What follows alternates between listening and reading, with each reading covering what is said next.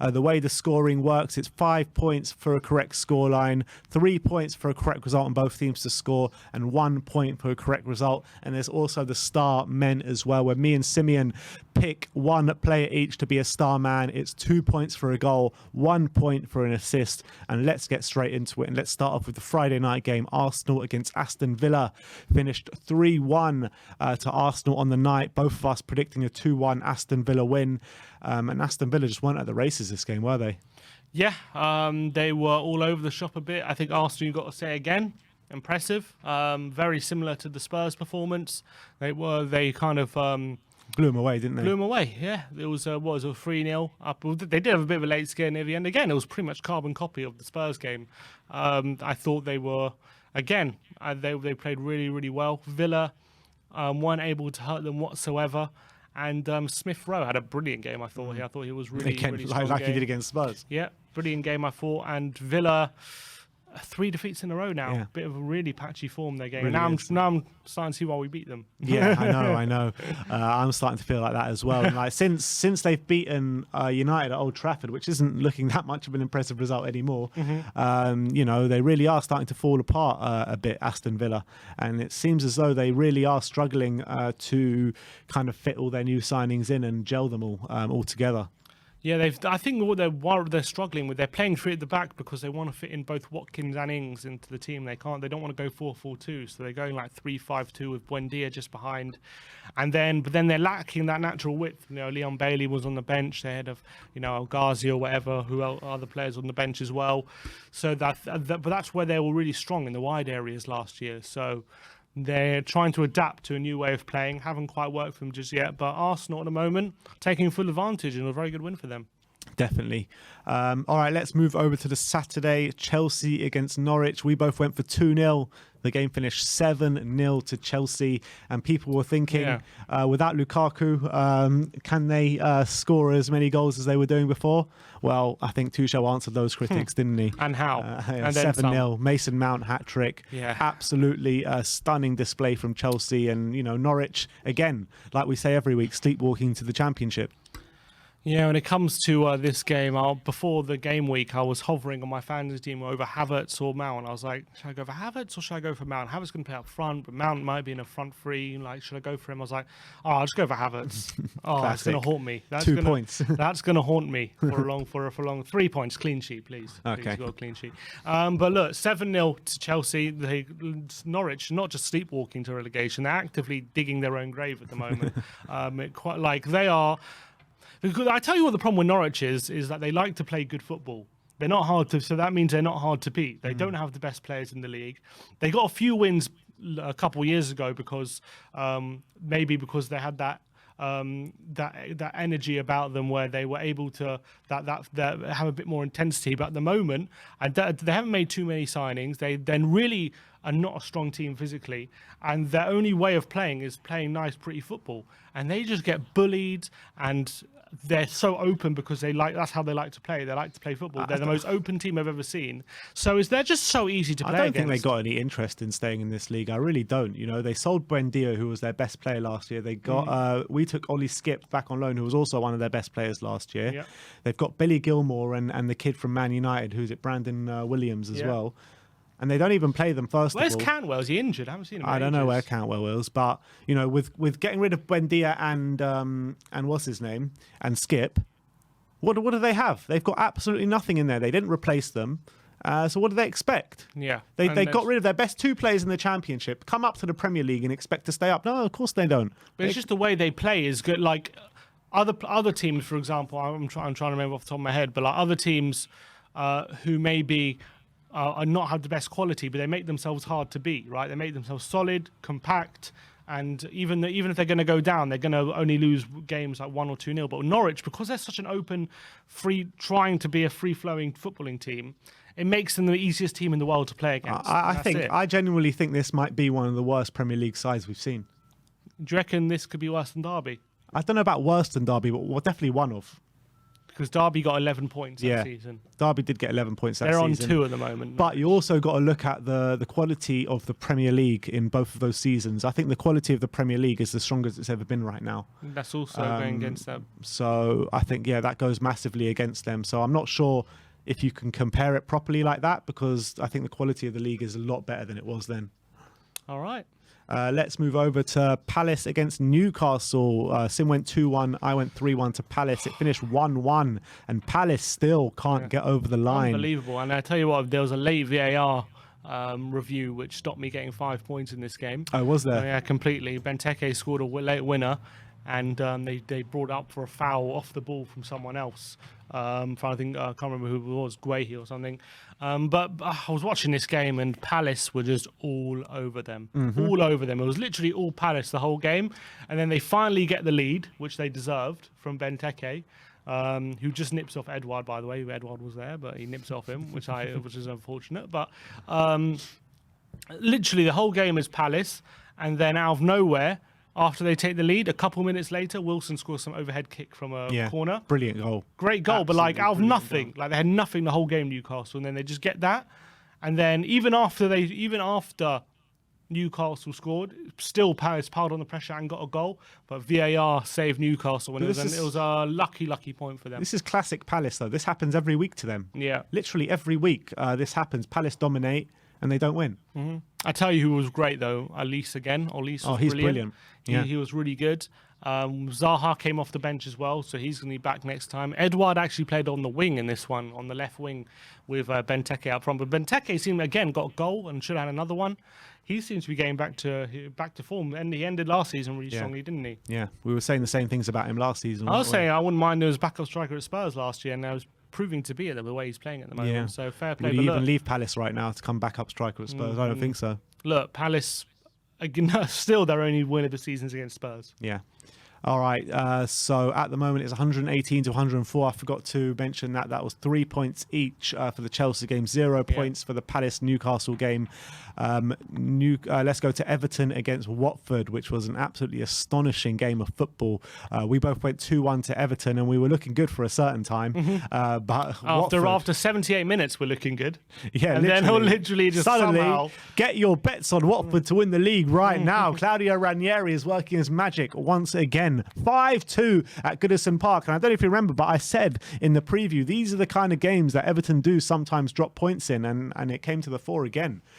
When they play a lower team at home, they do sometimes let you down, Everton, and that's exactly what they did again this week. The Everton fans were very toxic with Benitez at the end of the game, and rightly so, to be honest. To concede 5 at home to Watford is an absolute disgrace. So it's funny because Josh King was on loan at Everton last year, and he's now scored more goals at Goodison Park than he did the whole of last season, which is funny. He got a hat-trick for Watford. But look, it was another case of Everton will be kicking themselves after this game, especially after taking a 2-1 lead with 15 minutes to go. Richarlison comes on, scores.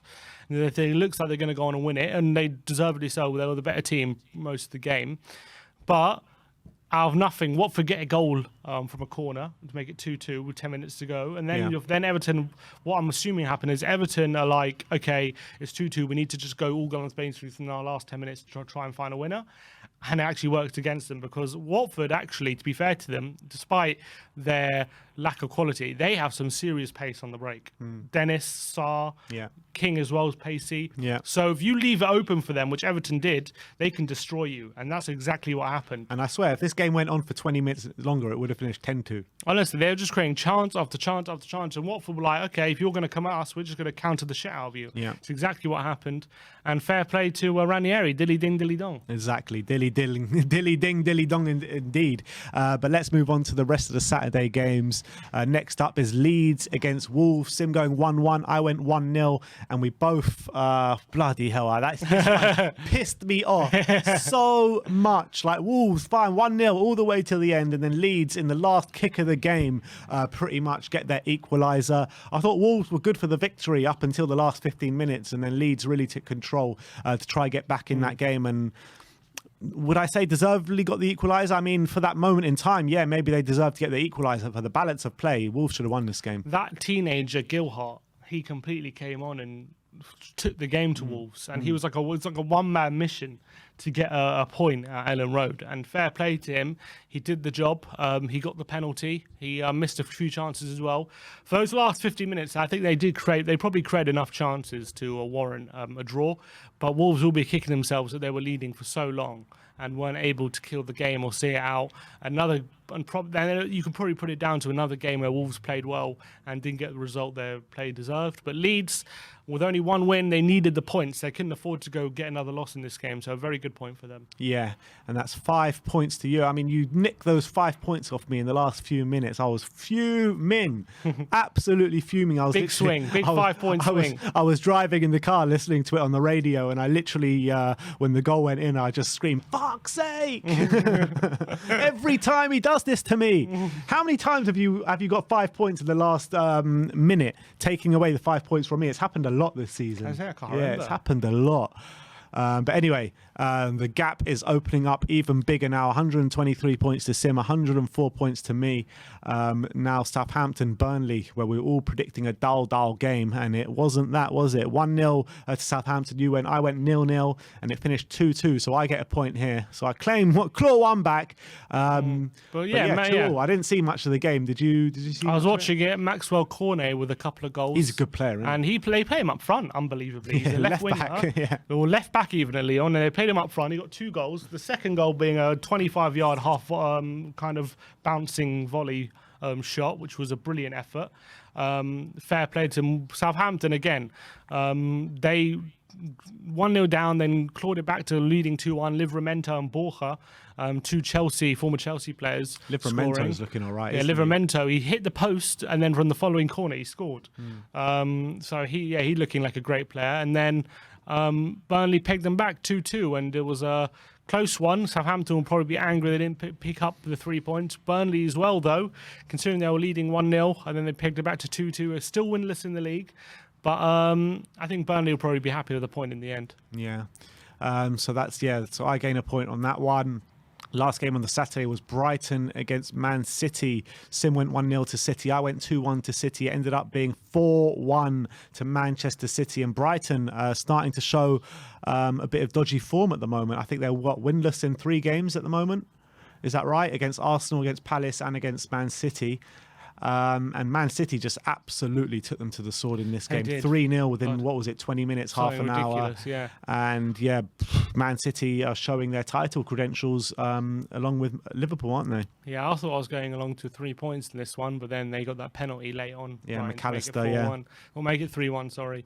That was annoying. But yeah, look, Man City. Didn't you have enough with that bloody Leeds Wolves game? You had to try and take more. I want as many points as I can, mate. They were irresistible, Man City, in this game. Foden, Grealish, Jesus. Never see them look so good together this season they did against Brighton. I thought Brighton would give more of a fight, but maybe with Brighton the way they play, maybe it suited Man City more than I thought.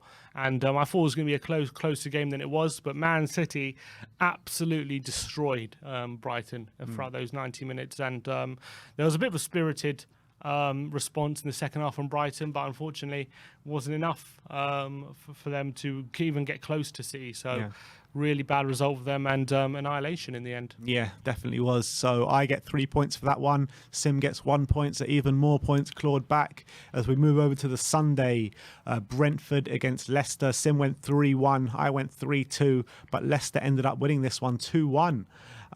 With credit to Leicester for winning this game, that's for sure. Lucky. Obviously, we were watching a West Ham Spurs game. You had it on in the background. I mean, you were telling me that Brentford were really playing well in this game. It's the story of Brentford's season in a lot of these big games, pummeling the opposition, having chance after chance, not making the most of it, and then on the counter-attack just being punished. And that's exactly what happened against Leicester. If you look at like the shots or the XG or all these kind of things, Brentford lead the way completely in all of it. But Leicester got 2 clinical counters. It was Yuri Tielemans. First of all, Tielemans' goal out of nothing. Well, what a goal, what a strike. Mate, is there a better long-range shooter than Tielemans in world football? In world football? That's Maybe a big shout. That's a big shout. World football, it's a big shout. He's one of the best I've seen. He did it in a final against Chelsea. Yeah, he did. You know what I mean? He did. When you're doing it on that stage, and he's doing it consistently. And United last week, he did it. Yeah. Now he's doing it again against Brentford. I can't think of too many players who can have a shot like Tielemans. He's a top. I remember when we went to baller. Belgium back in 20, when was it? What, to Ghent? To Ghent, and we were staying in this hotel. And we're talking to the hotel manager, and he's waxing lyrical. He's like, this guy. When he played for Anderlecht. Yeah, he's like, mate, you've got to watch this guy, Yuri Tielemans. He's the best player you're ever going to see. And we knew about him at the time as well. That was like 4 or 5 years ago. Yeah. And now he's come to the Premier League, and I think first season he was decent, and now I think we're really seeing like. I think he's one of the best central midfielders in the league. He's that long shot. You can't let that guy shoot. He is deadly from 30 yards. What a goal! But it's not just his shooting. His all-round gameplay is absolutely stunning. I mean, the guy's passing as well. Yeah, his passing range is brilliant. I think he's just such a good player, and I think he's actually leaving Leicester this summer. I feel his contract's up or 1 year left or whatever. And also, not only him, but Patson Daka came off the bench, got an assist off the back of 4 goals in midweek, laying off for Maddison. So they seem to, again, thriving off good recruitment at the moment, Leicester. But I got to say, watching the game, they were lucky. Brentford will be kicking themselves. They got nothing out of this game. All right, so 0 points, either of us there. We move over to West Ham Spurs. I mean, we've just covered that in length, so we'll just breeze past it. 2-1 we both went. And probably should have been 2-1 to be fair, but it was 1-0 to West Ham, so 0 points each.